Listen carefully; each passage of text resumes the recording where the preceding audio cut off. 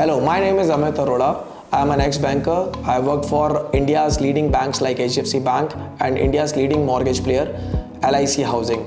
After completing my corporate journey, I have started my company and we have a team of 50 dedicated relationship managers who can attend your loan inquiries. So we have got tie-up with more than 40 banks and NBFCs.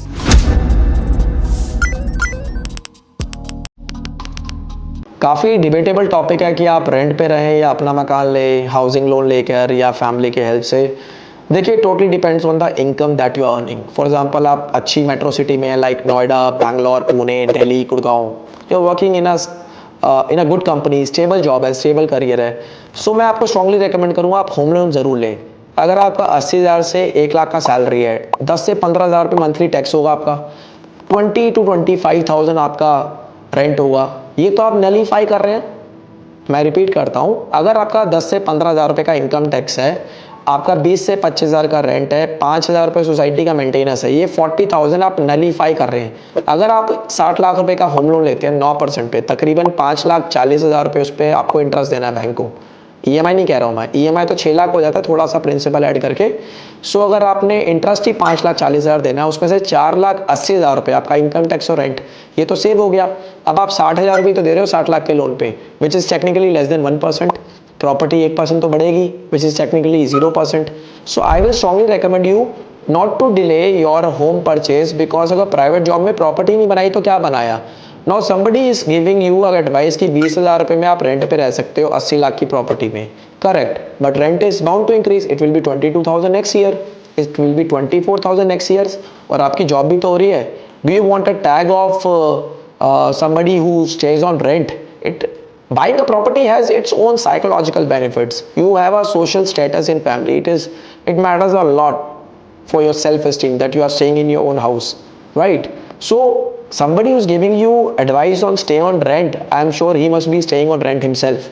So मैं आपको recommend नहीं करूँगा कि आप rent पे रहिए। Private job है आपकी, 8 साल 10 साल बाद आपको नहीं पता करियर कैसा है। अगर एक आपके पास प्रॉपर्टी होगी तो एटलीस्ट एक एसेट तो क्रिएट करा आपने। ट्रैवल कर रहे हो, शॉपिंग कर रहे हो, रेस्टोरेंट्स में जा रहे हो, गिफ्ट्स दे रहे हो, वॉचेस में इन्वेस्ट कर रहे हो, थोड़ा बहुत स्टॉक्स का म्यूचुअल फंड का पोर्टफोलियो भी बना लिया आपने। एक अच्छा लाइफस्टाइल है आपका। डिल्यूजनल लाइफस्टाइल है कि आप रिच हो, you are enjoying a good life, you go to mall, click करता ही कैब आ जाती है, you will end up wasting all your money. Use the potential of your eligibility, take a 50 to 60 lakh rupees of loan, buy a good property. बेशक छोटी हो, बड़ी कर लेंगे, अपग्रेड कर लेंगे, जब सैलरी बढ़ेगी और कमिटमेंट्स मैनेज हो जाएगी। आप सोचिए ना, अगर आपका चाइल्ड आके रेंटेड हाउस में रहता है, जिस सोसाइटी में जिस किड्स के साथ वो रहता है, उसको पता है कि ये लोग रेंट पे रहते हैं। साइकोलॉजिकल बेनिफिट अलग ही होता है प्रॉपर्टी का। आप अपने बॉस को डिनर पे नहीं बुला सकते, रिलेटिव्स आते हैं तो देखते हैं कि how the house is kept. एक अलग जेंट्री है जो लाख रुपए, 2 लाख रुपए, 5 लाख रुपए रेंट देके भी प्रीमियम सोसाइटीज में रह रहे हैं। Let's not go into that kind of calculation, because आप रेंट तब तक ही दे पाएंगे जब तक आपकी एक्टिव इनकम होगी।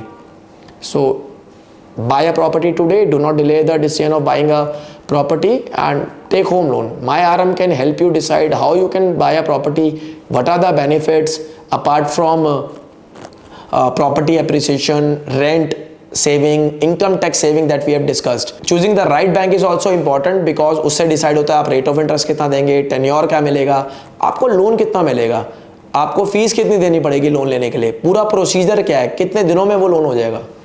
तो उस सब के लिए हमारे RM आपको 1-to-1 काउंसलिंग दे सकते हैं, depending on your property type, depending on your income type, कि आप सेल्फ एम्प्लॉयड हैं, सैलरीड हैं, अप्रूव प्रॉपर्टी ले रहे हैं, अनअप्रूव प्रॉपर्टी ले रहे हैं, बिल्डर फ्लैट ले रहे हैं, अंडर कंस्ट्रक्शन प्रॉपर्टी ले रहे हैं, रेडी टू मूव में ले रहे हैं, दिल्ली में ले रहे हैं, गुड़गांव में ले रहे हैं, बैंगलोर में ले रहे हैं, ऑलरेडी उस प्रॉपर्टी पे लोन चल रहा है, ऐसी प्रॉपर्टी ले रहे हैं, या डायरेक्टली बिल्डर से ले रहे हैं, रीसेल में ले रहे हैं, फ्लोर ले रहे हैं आप, या प्लॉट ले रहे हैं। काफ़ी सारे डिस्कशंस होते हैं। पेपर वर्क क्या इन्वॉल्व होगा, दिन कितने लगेंगे, चेक कैसे मिलेगा मुझे, कब मिलेगा, चार्जेस क्या इन्वॉल्व है, निटी ग्रिटीज क्या है, कैसे मेरी ये ट्रांजैक्शन सेफ गार्ड कर रहा है बैंक, मेरे को क्या हेल्प मिल रहा है इसमें समझने में कि मेरी प्रॉपर्टी की वैल्यू क्या है जो मैं खरीद रहा हूँ। लीगल एस्पेक्ट्स होते हैं कि आप जिससे प्रॉपर्टी खरीद रहे हो उसके लीगल एक्सपेक्ट्स क्या हैं, काफ़ी कुछ होता है डिस्कस करने के लिए. So 1-on-1 counselling discussion over the phone और in person my team is available. आप एक 80 लाख की प्रॉपर्टी लेते हैं, उस पर 80% फंडिंग पॉसिबल है, 64 लाख. अगर वो अंडर कंस्ट्रक्शन है एक रेप्यूटेड डेवलपर से और बैंक से अप्रूव्ड है, सो आपने 10% पे करा, 8 lakh rupees builder by agreement आपका साइन हो गया, अलॉटमेंट लेटर आ गया आपका. अब आपका एक नेक्स्ट डिमांड आएगा 20% का, तो आप 5 से 10% आप पे करेंगे, रिमेनिंग डिमांड बैंक पे करेगा as per the demand letter of the builder after your consent, after your request and after submission of all necessary required original property papers. So आपका फर्स्ट EMI रिलीज हो गया 10 से 12 लाख रुपए का, उस पे बैंक प्री EMI स्टार्ट कर देगा. प्री EMI क्या होता है? Interest part only on the disburse amount. अब सब्सिक्वेंट पार्ट्स में जैसे जैसे कंस्ट्रक्शन होगा बिल्डिंग का, as per payment plan builder आपको डिमांड रेज करेगा, आप बैंक को देंगे कंसेंट अपना कि डिमांड रिलीज कर दो. आपका नेक्स्ट डिसबर्समेंट हो जाएगा फॉर एग्जांपल 8 लाख रुपीस, तो अब आपका 20 लाख पे आपका इंटरेस्ट जाएगा. आपका नेक्स्ट ट्रांच आएगा, आप खुद पे कर सकते हो या आप बैंक से पे कराते हो, आप पार्शली खुद पे कर सकते हो, पार्शली बैंक से रिलीज कराते हो. ऐसे अमाउंट एड अप होता रहता है, ऐसे इंटरेस्ट एड अप होता रहता है.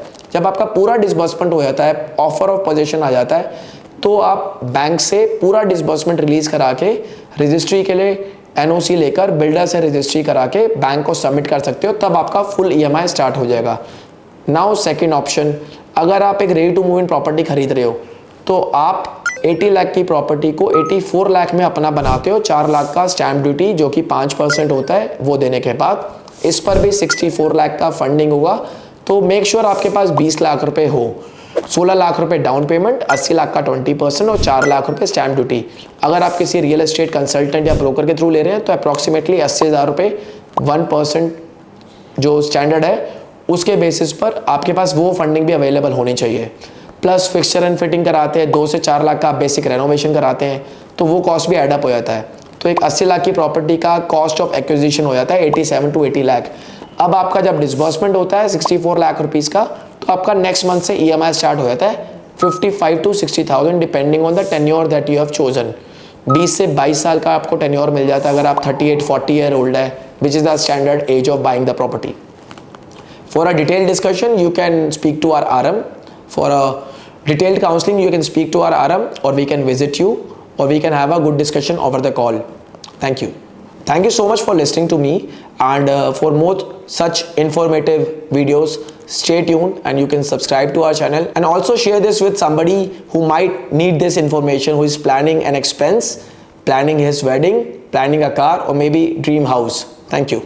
Anything related to banking you want to ask, anything regarding financial planning you want to ask, you know who to ask.